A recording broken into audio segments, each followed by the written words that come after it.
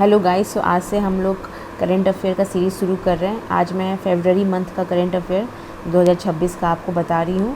फिर हम उसी तरह से आपका मार्च करेंगे, मई करेंगे, फिर पीछे भी जाएंगे। इस तरह से हम ना आपका सारा current affair up to the सितंबर तक मैं कोशिश करूँगी, सितंबर 2025 तक जो है वो ख़त्म करवा दूँ। ठीक है, आपका ये फरवरी का जितना भी इम्पोर्टेंट टॉपिक न्यूज़ में चला है वो मैं इसमें कवर की हूँ और उसका पार्ट 2 भी आएगा। कोशिश करूँगी ये पूरे मंथ फरवरी का आपका जो भी इम्पोर्टेंट टॉपिक चल रहा था न्यूज़ में वो कवर हो जाए इसमें, तो बने रहिएगा इससे। ठीक है, चलिए हम करते हैं, आगे बढ़ते हैं। इसमें मैं लगभग 21 क्वेश्चंस ली हूँ जो बहुत इंपॉर्टेंट है फरवरी का, इसको मिस नहीं कीजिएगा आप लोग।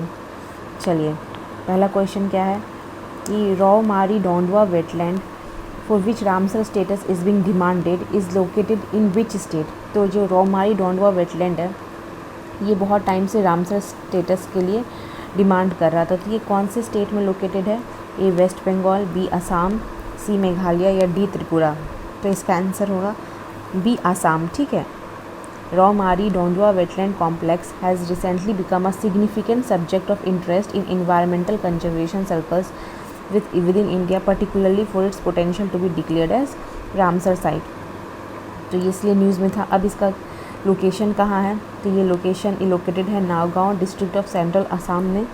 ठीक है, और ये लाई करता है आपका लाखोआ वाइल्ड लाइफ सेंचुरी में, है ना, जो कि इंटीरियर पार्ट है काजीरंगा टाइगर रिजर्व लैंडस्केप का। और ये एक इकोलॉजिकल कॉरिडोर के तरह काम करता है आपका। ये लिंक करता है आपको काजीरंगा नेशनल पार्क से ओरांग नेशनल पार्क को, जो कि डाइवर्सिटी के लिए बहुत इंपॉर्टेंट है। जितने भी बर्ड्स हैं या फिर आपके एनिमल्स हैं वो उनको हेल्प करता है। कॉरिडोर बना दिया है जो आपके इन दोनों पार्क के बीच में कनेक्ट करता है। ओके, तो आई होप कि आपको समझ में आया। अब ये क्यों डिमांड कर रहा है रामसर स्टेटस का?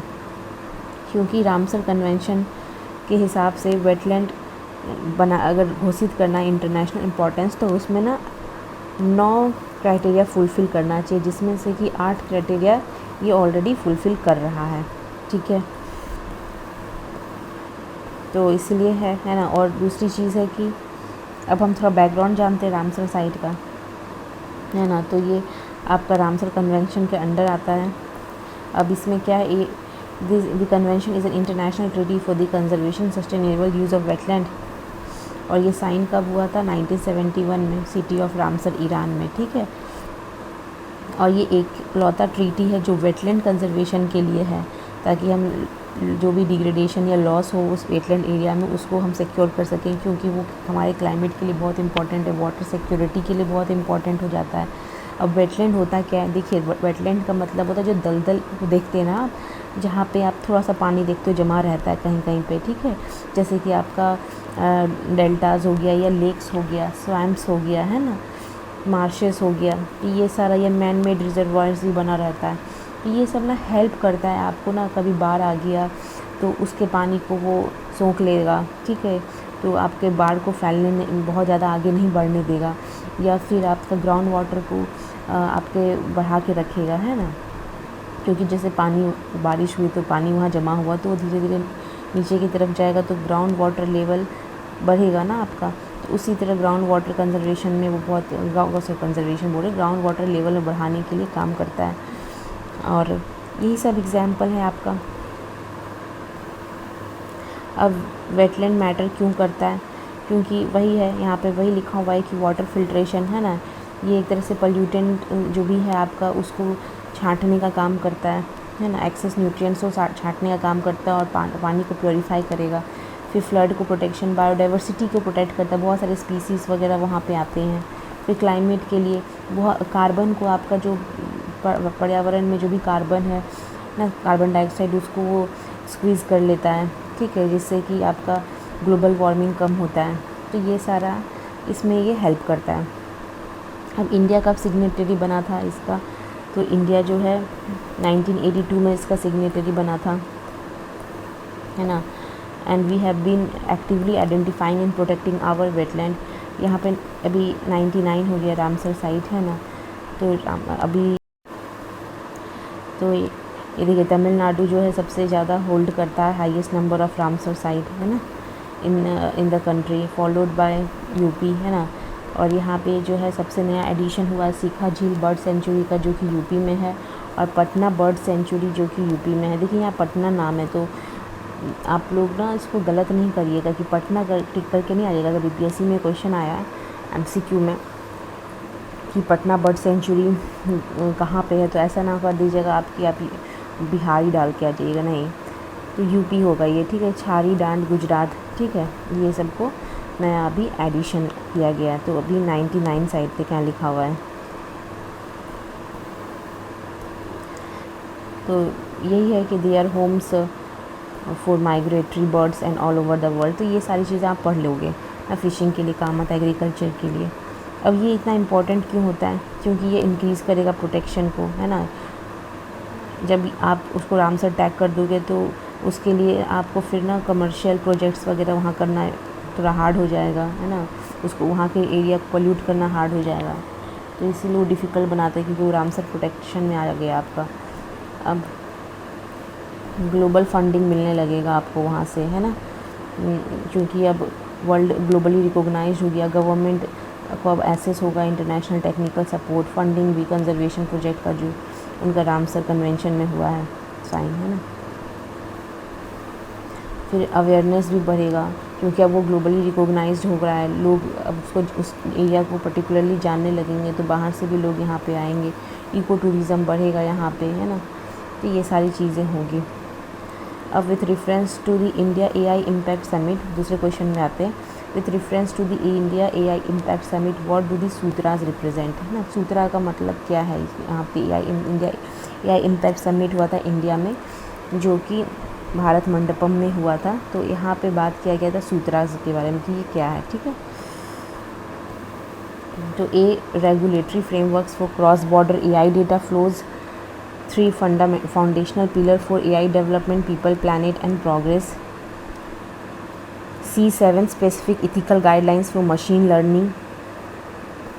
या D economic trade agreements focused on semiconductor manufacturing। तो इसका आंसर होगा आपका B, ठीक है।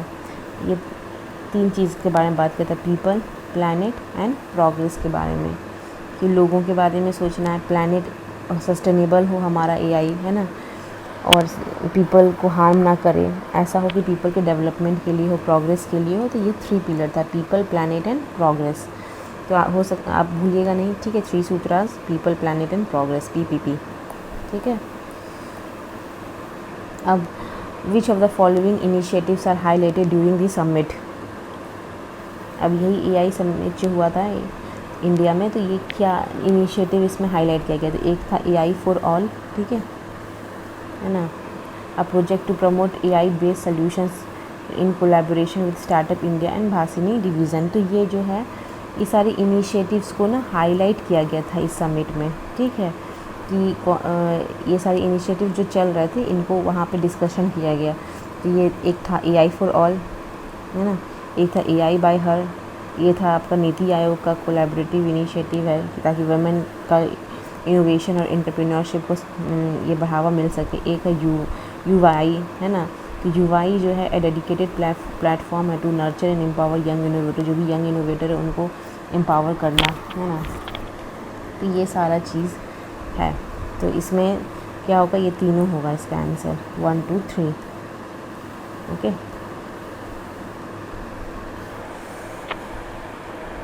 है ना, तो देखिए यहाँ पे ना मैंने गलत लिख दिया है कि वो, या तो मुझे लगता है कि यहाँ पे 1 2 3 होगा, ठीक है।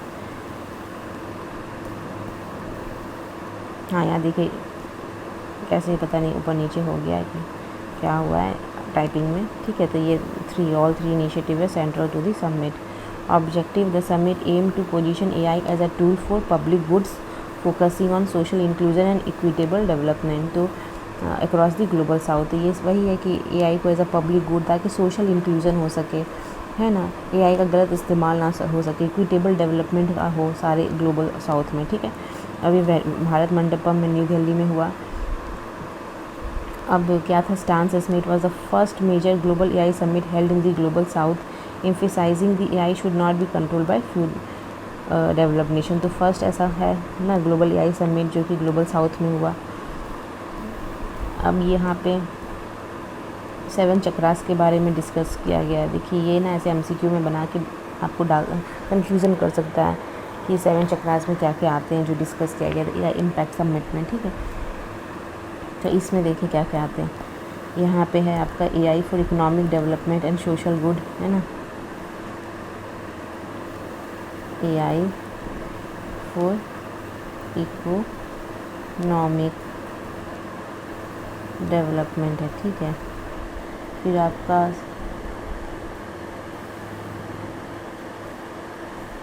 एक सेकेंड रुक जाइए तो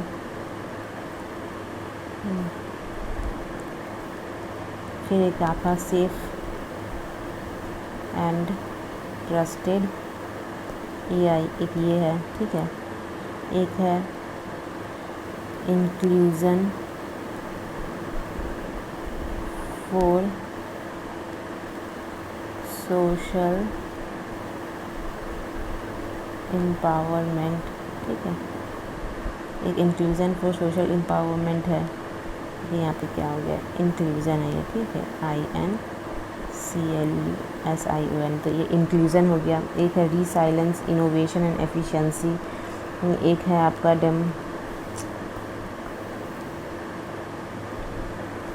एक है आपका डेमोक्रेटाइजिंग AI रिसोर्सेज, एक है आपका साइंस, है ना, एक है आपका ह्यूमन कैपिटल।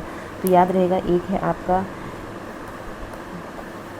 एक है आपका AI for economic development and social good, एक है आपका सेफ एंड ट्रस्टेड AI, एक है आपका इंक्लूजन फॉर सोशल एम्पावरमेंट, एक है आपका रीसाइलेंस इनोवेशन एंड एफिशिएंसी। सारा वर्ड ऐसे लाइन टू लाइन याद रखने की ज़रूरत नहीं है। एक इकोनॉमिक डेवलपमेंट याद रख लीजिए, सेफ़ एंड ट्रस्टेड AI, ठीक है, सेफ़ होना चाहिए, ट्रस्ट कर सको आपका सेफ AI, इंक्लूजन हो, ठीक है, सबको इंक्लूड करके चले, रीसाइलेंस हो, है ना, आपका इनोवेटिव हो, एफिशिएंट हो, है ना, फिर डेमोक्रेटाइज हो, सारे लोगों तक पहुंच सके AI रिसोर्सेज, साइंटिफिक हो, ह्यूमन कैपिटल के बारे में हो, ठीक है। तो ये सारी चीज़ें याद रखिएगा आप, ओके। चलिए आगे मूव ऑन करते हैं। 2027 में ये AI समिट कहाँ होने वाला है, तो 2027 में जिनेवा स्विट्ज़रलैंड में होने वाला है, ठीक है। 2028 में ये UAE में होगा, ठीक है। तो हो गया। अब देखिए ये इम्पॉर्टेंट है कि बिहार जो है अपना पहला लार्ज स्केल AI समिट 2026 मई में, अब तो हो गया होगा, तो ये पटना में होगा, ठीक है, या हो गया है, ठीक है। तो it focused on local governance, industrial growth and skill development for youth in Bihar, तो इसमें ये फोकस होगा। तो बिहार वाला आप जो है अच्छे से सर्च करके कमेंट कीजिए कि कब हुआ, कैसे हुआ, क्या इसका गोल था, ऑब्जेक्टिव था, कमेंट सेक्शन में कमेंट कीजिएगा, ठीक है। अब देखो किसान ई मित्रा जो है, इसको ना AI समिट जो इंडिया में हुआ, AI इम्पैक्ट समिट, उसमें ना किसान ई मित्रा के बारे में इसको एज एन एग्जाम्पल शो किया गया, है ना, कि ये जो है कैसे फार्मर्स को हेल्प कर रहा है स्कीम्स जानने के लिए, है ना, कि उनको बता रहा है कि फार्मिंग में क्या क्या चीज़ें उनको हेल्प कर सकती है। तो ये किसान ई मित्रा उनको हेल्प करता है, can solve ground level problems in developing. तो ये एक तरह का मॉडल दिखाया गया है कि कैसे फार्मर्स को ये हेल्प करता है किसान ई मित्रा थ्रू एप्स, और इसमें लोकल लैंग्वेज में ये यूज़ कर सकते हैं। तो ये आपका एज अ एग्ज़ाम्पल दिखाया गया है, ठीक है, समिट में। अब देखिए which Indian institution secured the highest position for India at rank 59 in the QS Asia university ranking 2026। तो अभी जो QS एशिया रैंकिंग आया था, यूनिवर्सिटी रैंकिंग 2026 का, उसमें इंडिया का कौन सा, इंडिया का ना जो है IIT दिल्ली में बता देती हूँ, IIT दिल्ली ने ना 59 पोजीशन हासिल किया है। तो यही सबसे टॉप में रहा इंडिया के ये पे, ठीक है, IIT दिल्ली, ठीक है, ये टॉप में रहा। और आपका जो है देखिए यहाँ लिखा हुआ 59 position, it is the highest rank Indian institution in this list. और उसके बाद इंडिया का ओवरऑल परफॉर्मेंस क्या था, India has record breaking 294 universities featured in 2026 ranking, it is the second highest in Asia after China. अब top 100 में यहाँ पे दे दिया गया, पहला IIT दिल्ली 59, फिर IISc बैंगलोर है 64th पे, ठीक है। तो इतना याद रखने की ज़रूरत नहीं है, बस IIT दिल्ली और IIC बेंगलुरु याद रख लीजिए ज़्यादा हो तो, ठीक है। अब ये आपका वर्ल्ड में किसका था, तो वर्ल्ड में फर्स्ट है आपका Hong Kong, university of Hong Kong and Peking university China की, ठीक है। Which country has officially become the world's first cashless nation, तो कौन सा सिटी बना है, तो स्वीडन बना है, ठीक है ना। Sweden is frequently cited as world's most cashless society. अब ये देख लेते हैं। In which region was the tri service integrated exercise Purvi Prachand प्रहार कंडक्टेड, तो पूर्वी प्रचंड प्रहार जो है ये ट्राई सर्विस एक्सरसाइज जो कंडक्ट हुआ है वो किस स्टेट में हुआ है, तो वो हुआ है आपका अरुणाचल प्रदेश में। ये सब फैक्ट्स है, आपको याद रखना पड़ेगा ना, अरुणाचल प्रदेश में हुआ है। अब ये आपका who has been appointed as the first women deputy CM of Maharashtra, ठीक है।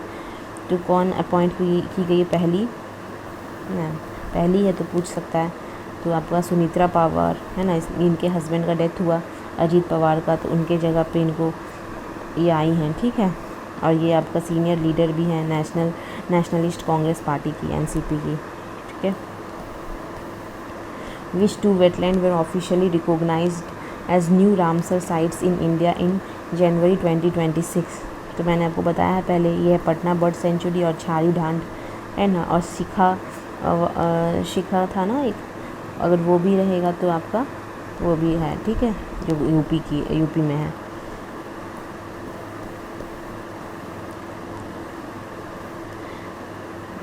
और पहला साइट कौन था जो पहली बार ऐड हुआ था रामसर में, तो एक है चिल्का लेक और एक है क्योलदियो नेशनल पार्क। तो ये हो गया क्योलादियो नेशनल पार्क, ठीक है। क्योलादियो नेशनल पार्क है राजस्थान में लोकेटेड है, और चिल्का लेक आपका उड़ीसा में। और जो है आपका सुल्तानपुर नेशनल पार्क वो कहाँ लोकेटेड है, वो हरियाणा में लोकेटेड है। और भिंडवास वाइल्ड लाइफ सेंचुरी कहाँ है, ये भी हरियाणा में है आपका। और लोनार लेक कहाँ है आपका, ये महाराष्ट्र में है। और तसोकर वेटलैंड ये लद्दाख में है, ठीक है। तो 10वां क्वेश्चन करते हैं ना, तो consider the following statement regarding the BIMSTEC organisation and the BIMSTEC India marine research network BIMReN. तो इस बोल रहा है कि बिमरेन इनिशिएटिव के बारे में पूछ रहा है, ठीक है। और ये इनिशिएटिव से रिलेटेड 4 स्टेटमेंट है, इसमें से बताना आपको कौन सा करेक्ट है और कौन सा इनकरेक्ट। तो पहला स्टेटमेंट है to strengthen the blue economy cooperation between India and BIMSTEC. The inaugural BIMReN conference to place in Kochi Kerala with plans to hold it biennially, है ना। तो ये आपका जो है बोल रहा है कि ये स्ट्रेंथन करने के बारे में ब्लू इकोनॉमी का between India and BIMSTEC. The inaugural BIMReN conference क्या है, कोची केरला में हुआ है, और with plans to hold it biennially, हर 2 साल में होने का प्लान किया गया है, ठीक है। अब लॉन्च किया गया है 2024 में। The BIMReN initiative is under the purview of ministry of science and technology aimed at driving marine science research. फिर है BIMSTEC was set up on 6 June 1997, comprises 7 member states from South and Southeast Asia and operates from its secretariat in Dhaka, Bangladesh. फिर चौथा statement है while Bangkok, Thailand serves as venue for the first BIMSTEC summit in 2024, it also hosted the 6th summit in April 2025। तो देखो इसमें क्या है कि ये बोल रहा है कि ये ब्लू इकोनॉमी के लिए है। तो देखो ब्लू इकोनॉमी तो बात हो ही रही है यहाँ पे, अगर आप थोड़ा सा भी इसमें दिमाग लगाओगे तो आप आंसर तक पहुँच सकते हो, ठीक है। तो पहला तो बोल रहा है कि BIMSTEC India marine research network जो है ये ब्लू इकोनॉमी को स्ट्रेंथ करते, राइट है। फिर बोल रहा है कि ये इंडिया और बिम्स्टेक का कोऑपरेशन, ये भी राइट है। इनॉग्रल जो होगा ये कोची केरला में होगा, तो कोची केरला में हो सकता है क्योंकि समुद्री इलाका है, ठीक है। अब ये तो थोड़ा डाउट हो सकता है इस स्टेटमेंट में, with plans to hold it biennially, तो इसको हम वैसे नहीं रखेंगे, सोचेंगे कि चलो स्टैंड बाय रखते हैं, ठीक है। फिर दूसरा स्टेटमेंट है launch in 2024, the BIMReN initiative is under the purview of ministry of science and technology aimed at driving marine science research. तो देखो ना, अगर BPSC में ऐसा क्वेश्चन आता ना, तो आप ना देखना कि जनरली ना हर PCS एग्ज़ाम वगैरह में आपको ना वो UPSC के ट्रेंड को, जो UPSC पहले फॉलो करता था उसको ना फॉलो करते हैं ये लोग। तो ये लोग ना मिनिस्ट्री वगैरह रॉन्ग कर देंगे, ठीक है। इसमें ना देखना ये ministry of science and technology है ना, ज़्यादा चांसेस है कि यही रॉन्ग होगा, ठीक है। साइंस एंड टेक्नोलॉजी से रिलेटेड तो ऐसे भी आप सोचो कि ठीक है रिसर्च है, लेकिन ज़्यादा तो ये वाटर और ये सब के बारे में बात कर रहा है ना, तो साइंस एंड टेक्नोलॉजी तो नहीं होगा, ठीक है। तो ये डाउट हो सकता है कि ये नहीं हो, ठीक है। तो यहाँ पे आप थोड़ा सा इसको ऐसे कर सकते हो कि ज़्यादातर मिनिस्ट्री रॉन्ग होता है, ठीक है। अब third statement, BIMSTEC was setup on 6 June 1997, comprises 7 member states from South and Southeast Asia and operates from its secretariat in Dhaka and Bangladesh. तो ये तो आपको पता होना चाहिए कि 7 स्टेट हैं बिम्स्टेक में, ठीक है। तो ये तो राइट है।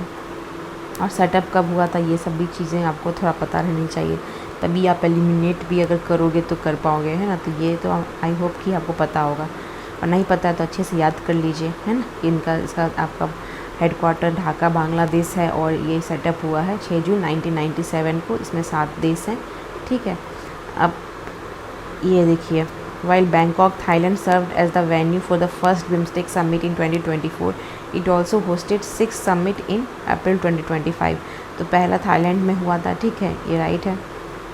और ये आपका 6 समिट भी 2025 का ये थाईलैंड में ही हुआ है, तो ये भी राइट है। कभी कभी ना ऐसे पूछ लेता है 6 समिट बिम्स्टेक का कहाँ हुआ है, तो आपको लेगा कब हुआ है, या 2025 में 26 में, तो ये याद रखिएगा कि ये 6th था, ठीक है। तो ये थाईलैंड में हुआ है, तो ये भी राइट है ना, ये भी राइट है। तो रॉन्ग ये लग रहा है, तो ये रॉन्ग मान लेते हैं, और ये भी राइट है, ठीक है। तो ये सब आपका राइट है, 1, 3, 4 और 2 गलत है, ठीक है। तो ये याद रखिएगा कि ये आपका ब्लू इकॉनमी से रिलेटेड है। ये कोची केरला में हुआ था कॉन्फ्रेंस, और इसको फाइनली होल्ड किया जाता है। और ये आपका बिम्स्टेक का आप याद रख लीजिएगा, फॉर्मेशन 6 जून 1997 को हुआ था। 7 कंट्रीज़ हैं इसमें। फिर ये इसका आपका वेन्यू थाईलैंड है में पहली बार हुआ था, और 6 समिट भी इसका थाईलैंड में हुआ है, ठीक है। अब यहाँ पे पूछा कौन सा है, तो यहाँ पे 1, 3, 4 है। अब इसका थोड़ा डिटेल एक्सप्लेनेशन देख लेते हैं हम लोग कि क्या बोलता है। तो here the first BIMSTEC conference was organised in Kochi Kerala to boost cooperation in the blue economy between India and BIMSTEC countries. It is design to be biennially event held every 2 years, ठीक है। Statement 2 is incorrect. The BIMReN initiative was actually launched by ministry of external affair. देखिए 2 country के बारे में है, तो यहाँ पे मिनिस्ट्री ऑफ एक्सटर्नल अफेयर है ना। तो आप यहाँ पे मिनिस्ट्री थोड़ा कंफ्यूज कर सकते हो, मिनिस्ट्री ऑफ अर्थ साइंस मार दोगे, ठीक है, या मतलब साइंस एंड टेक भी हो सकता है क्योंकि रिसर्च से रिलेटेड है। तो आप यहाँ पे ना कंफ्यूज हो सकते हैं, इसलिए ये याद रखना कि मिनिस्ट्री ऑफ एक्सटर्नल अफेयर्स है इसमें, ठीक है, ओके, भूलिएगा नहीं। Not ministry of science and technology, ठीक है। Its goal is to promote research and development in marine science. और ये आपका स्टेटमेंट 3 भी करेक्ट है।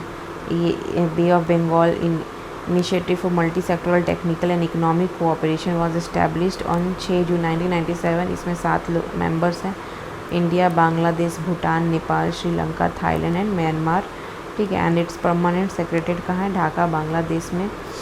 और चौथा भी करेक्ट है। The inaugural BIMSTEC summit took place in Bangkok, Thailand in 2024. The Thailand also hosted the 6th BIMSTEC summit in Bangkok, ठीक है। अब 11वां नंबर क्वेश्चन जो है ये वाला, ये एक्चुअली मैंने ऐसे करके रखा है इसलिए कि ये आप इसका आंसर बताओगे, ठीक है, कमेंट सेक्शन में।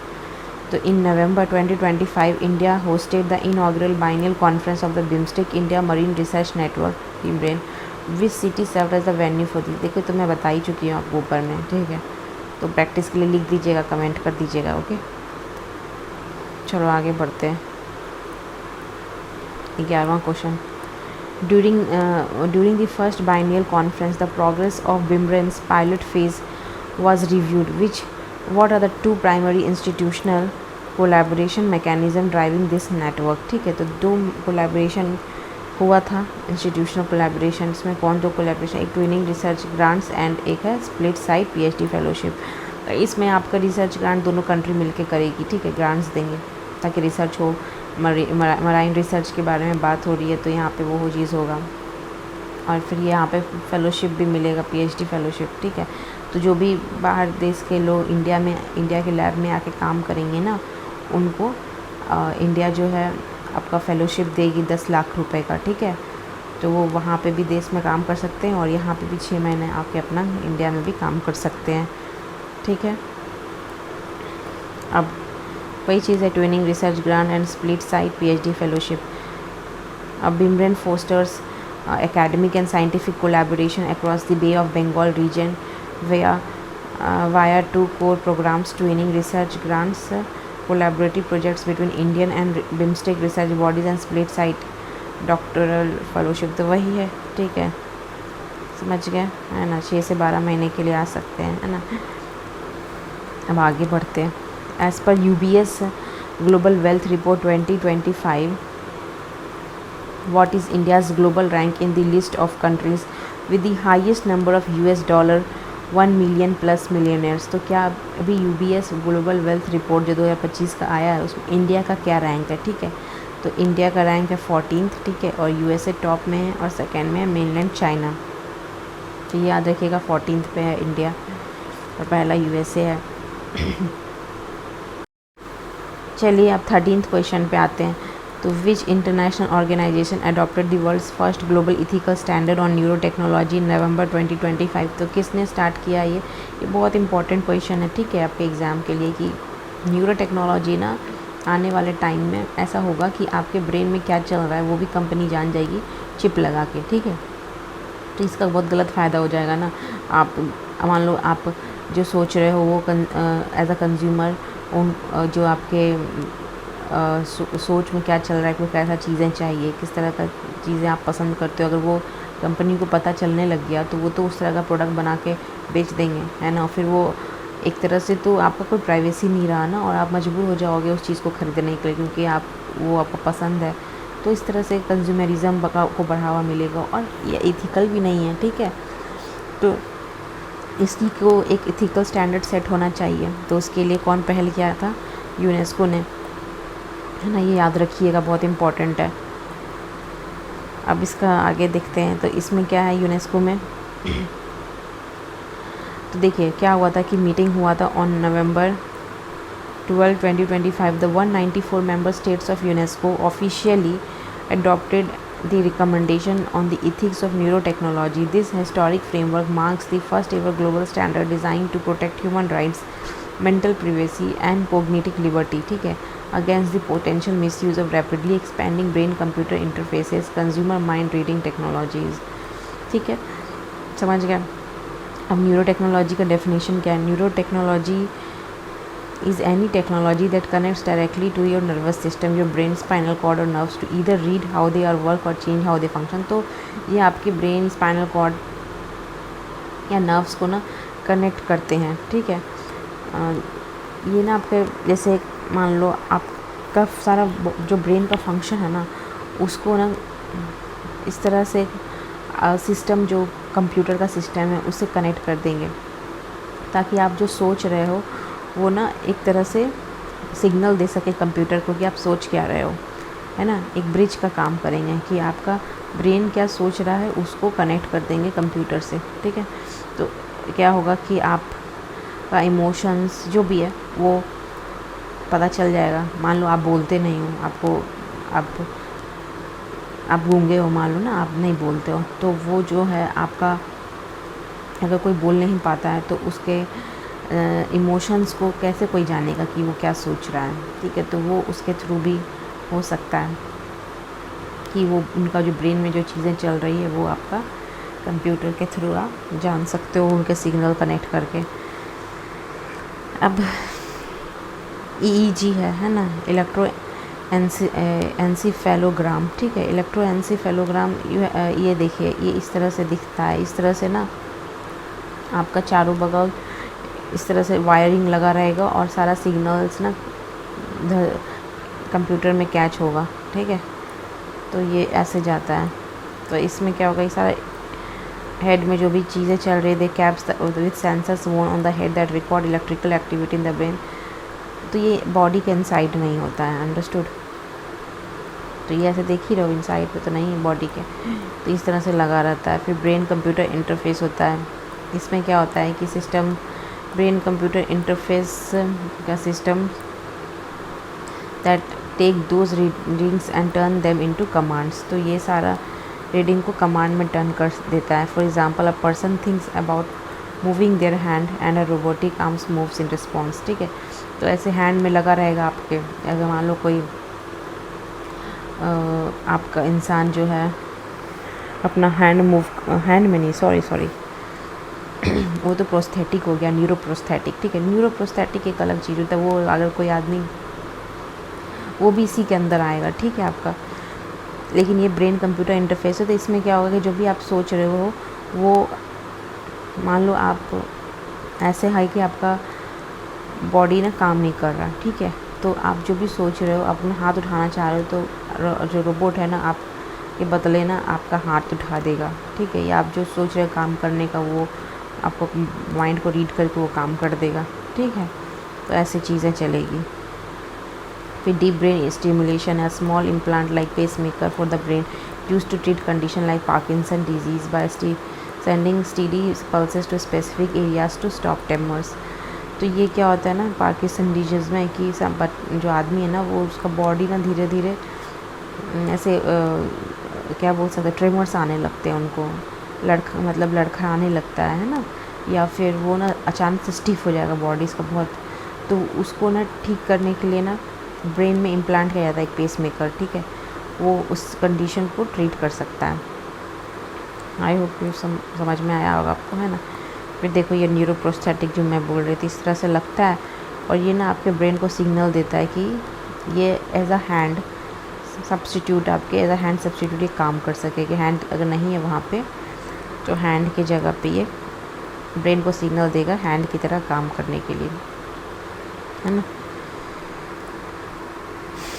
तो दीज डिवाइसेस रिप्लेस और restore functions that person has lost. फिर एक कोहलियर इम्प्लांट होता है ना, जो कि साउंड को इलेक्ट्रिकल सिग्नल्स में कन्वर्ट करता है ना, that directly stimulates the auditory nerve allowing people with hearing losses to hear, वो सुन सकते हैं। फिर रेटिनल इम्प्लांट्स में क्या होता है, devices that help the blind perceive light and shapes bye stimulating the optic nerve, वो उनको मतलब ऐसे लगेगा कि उनका वो आँख लाइट्स देख सकते हैं, ठीक है, परसीव कर सकते हैं। तो ये तो 14th नंबर क्वेश्चन पे आते हैं। Who has taken the oath as the 10th president of Ireland? A Mary Robinson, B Catherine Connolly, C Heather Humphreys, या डी मैरी मैकेलजी, ठीक है। तो कौन होगा इसका आंसर? इसका आंसर है कैथरीन कॉनोली, ठीक है। Catherine Connolly officially assumed offices as the 10th president of Ireland on November 11, 2025, succeeding Michael D. Higgins, है ना। She is an independent politician and third woman to hold this office in the history of Ireland. Catherine Martina Connolly received approximately 63% vote in the election held in October 2025, ठीक है। आइए 15 number question पे आते हैं, ठीक है। तो recently a Nobel laureate James Watson, who passed away in November 2025, for which of the following significant scientific contributions is he primarily remembered in the history of genetics? तो किसमें है? Discovering the role of mRNA in protein synthesis, B. proposing the double helix model of DNA alongside Francis Crick, C. inventing the technique of polymerase chain reaction, या D. Developing the first successful gene editing tool, ठीक है। तो इसका answer तो आप लोग को पता होना चाहिए, proposing the double helix model of DNA alongside Francis Crick, ठीक है। ये इंपॉर्टेंट ये भी पूछ सकता है। अब James Watson, Francis Crick and Maurice Wilkins were jointly awarded the Nobel prize in physiology और medicine in 1962 for the discoveries concerning the molecular structure of nucleic acid, है ना। अब deoxyribonucleic acid है, ठीक है। तो इसका क्या फंक्शन है?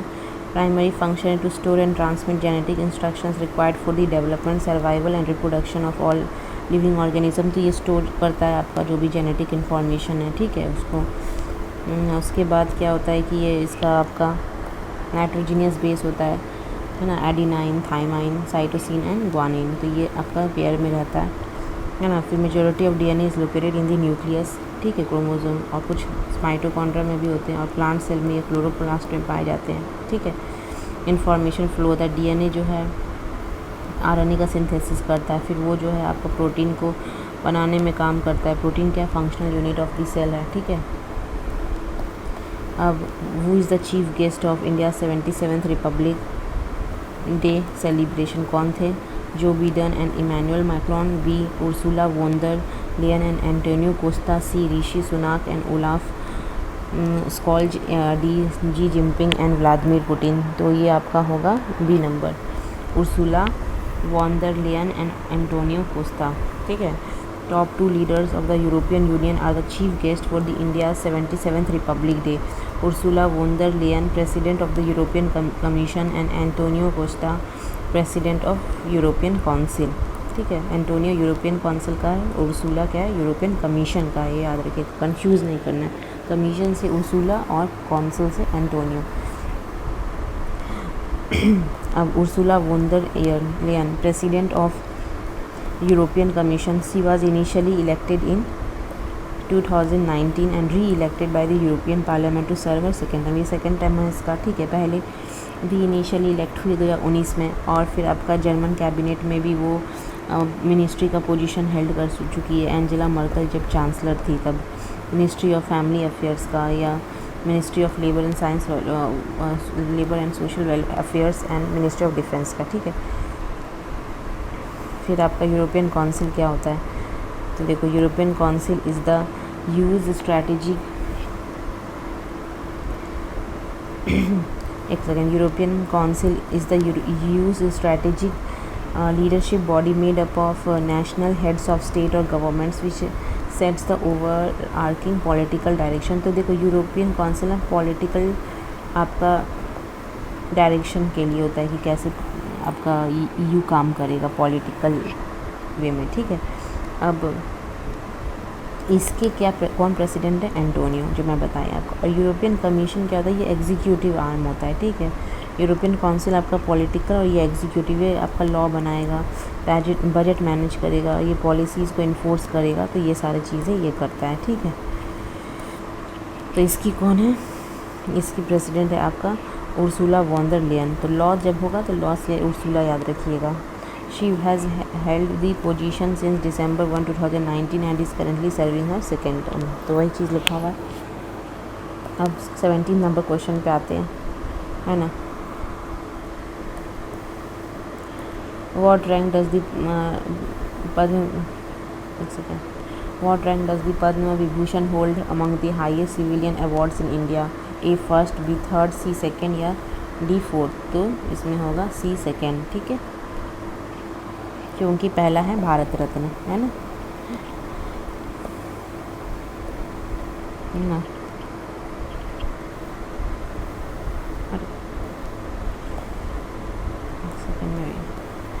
तो the highest civilian award in India is the Bharat Ratna, not the Padma Vibhushan, है ना। उसके बाद 18 नंबर क्वेश्चन पे आते हैं कि the Padma Vibhushan is awarded for which of the following type of service? A gallantry in the presence of enemy, B exceptional and distinguish service, C distinguish service of a high order, या D distinguish service in any field. तो ये है exceptional होना चाहिए, distinguish service होना चाहिए। ठीक है। ये होगा The criteria for the Padma Vibhushan strictly mandate exceptional and distinguished service in any field, कोई भी फील्ड में। How many individuals were awarded the Padma Vibhushan in 2026? A 5, B 13, C 113 या D 25? तो आंसर है 5। ठीक है। इसके बाद देख लीजिए पद्म विभूषण किसको किसको मिला है। तो धर्मेंद्र सिंह दियोल को मिला है ना। इसके 8 में। फिर एन राजम को मिला है 8 में, यूपी से हैं। VS अच्युतानंदन, है ना, इनको केरला से हैं। ठीक है। ये आपके एक्स CM भी रह चुके हैं केरला के, है ना। फिर KT थॉमस को मिला है पब्लिक अफेयर्स केरला से। P Narayanan literature and education Kerala से। ठीक है ना। एक क्वेश्चन है आपके लिए, आप इसको बनाइएगा कि which legendary folk singer from Bihar was posthumously honoured with the Padma Vibhushan in 2025? तो ये बताइएगा कि किसको मिला था मरणोपरांत, है ना। हाउ मैनी इंडिविजुअल्स, अब 20 नंबर क्वेश्चन पे आते हैं। How many individuals were awarded the Padma Bhushan in 2026? तो कितने को मिला है? तो 13 लोग को मिला है। ठीक है। अब आगे बढ़ते हैं। पद्म भूषण में देख लीजिए किसको किसको मिला है, बस देख लीजिएगा, सारा नाम याद रखने का ज़रूरत नहीं है ना। अलका याग्निक है, ये इसको मिला है। फिर भगत सिंह कोश्यारी को, फिर श्री कल्लीपति रामास्वामी पलानी स्वामी, ठीक है। श्री ममोती, डॉक्टर नूरी दत्तात्रेयदू, ठीक है। श्री पीयूष पांडे, तो ये सारे लोगों को मिला है ना, तो देख लीजिएगा इसको। फिर पद्मश्री 113 लोगों को मिला है। इसमें इम्पॉर्टेंट क्या है, ठीक है, इसमें है 3 बिहार से, एक है श्री विश्व बंधु honoured in the field of art Danapur Patna, ठीक है। श्री भारत सिंह भारती, ये है आपके field of art folk singer Bhojpur से। और श्री गोपाल जी त्रिवेदी, ठीक है, ये साइंस एंड इंजीनियरिंग से मुजफ्फरपुर से। इन तीनों को बिहार से मिला है, बीपीएससी के लिए इम्पोर्टेंट हो जाता है, ठीक है। फिर पद्मश्री के कुछ नाम है ना, जो यहाँ मैं लिख दी। रोहित शर्मा को भी मिला है क्रिकेट में। तो ये बाकी जो है बहुत सारा है इसमें लिस्ट, तो एक बार देख लीजिएगा, वैसे इम्पॉर्टेंट नहीं है, जो इम्पोर्टेंट है मैं बता दी।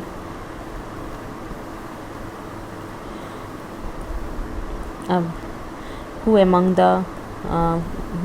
the following became the first Indian astronaut to visit the International Space Station and was subsequently awarded the Ashok Chakra on Republic day 2026? तो किसको मिला था? A group captain Prasanth Balakrishnan Nair, B group captain Shubhanshu Shukla, C wing commander Rakesh Sharma, या D group captain Angad Pratap, या E none of the above more than one of the above? तो देखिए इसमें group captain Shubhanshu Shukla होंगे, ये तो सबको पता होगा कि वही इंटरनेशनल स्पेस स्टेशन पे गए थे, ठीक है। और ये इन्हीं को अवार्ड भी मिला है अशोक चक्र, ठीक है, रिपब्लिक डे पे। अब ये शुभांशु शुक्ला जो है ना, एक minute, Shubhanshu Shukla was officially conferred the Ashok Chakra on 26 January 2026 for his extraordinary grit and distinguished services during the Axiom 4 space mission to the ISS in 2025। Option A and D जो है उनके, वो गगनयान एस्ट्रोनॉट है, उनके फेलो गगनयान एस्ट्रोनॉट होंगे, ठीक है। देखिए यहाँ पे जो है इनका ये प्रसन्नाथ बालकृष्ण नायर जो हैं ये, और आपके जो है कैप्टन अंगद प्रताप, ये दोनों जो हैं, शुभांशु शुक्ला, ये तीनों जो हैं, और एक और हैं, ये चारों जो है 4 जन मिलके आपका गगनयान का मिशन में जाएंगे, ठीक है। तो चौथा जन कौन है इसमें, देखिए। और ये जो आपके बालकृष्ण नायर है ना, ये आपके लीडर होंगे उस समय, इसमें आपके शुभांशु शुक्ला लीडर नहीं है, ठीक है। गगनयान मिशन में लीडर कौन होंगे? बालकृष्ण नायर, ठीक है। देखिए यहाँ है ना, Balkrishna Nair, he is the leader of the team. और फिर अजीत कृष्णन है एक, और एक है अंगद प्रताप, अजीत कृष्णन, अंगद प्रताप, और एक है शुभांशु शुक्ला। तो सबका नाम याद रखिएगा, ठीक है। He is the same astronaut who visited the international space station in 2025 and was awarded the Ashok चक्र इन 2026। तो थैंक यू गाइज़, यहीं हमारा लेक्चर ख़त्म होता है। आई होप कि आपको पसंद आया होगा। अगर पसंद आया हो तो प्लीज़ लाइक करिए और सब्सक्राइब भी कर दीजिएगा। और इसका सेकंड पार्ट भी मैं ले आऊँगी इंपॉर्टेंट क्वेश्चन का, जो फरवरी में है, तो आपका फरवरी मंथ ख़त्म हो जाएगा, फिर इसी में मार्च और फिर मई, है ना, ऐसे कंप्लीट करवा दूँगी आपको, टेंशन ना लीजिए। तो all the best guys, thank you.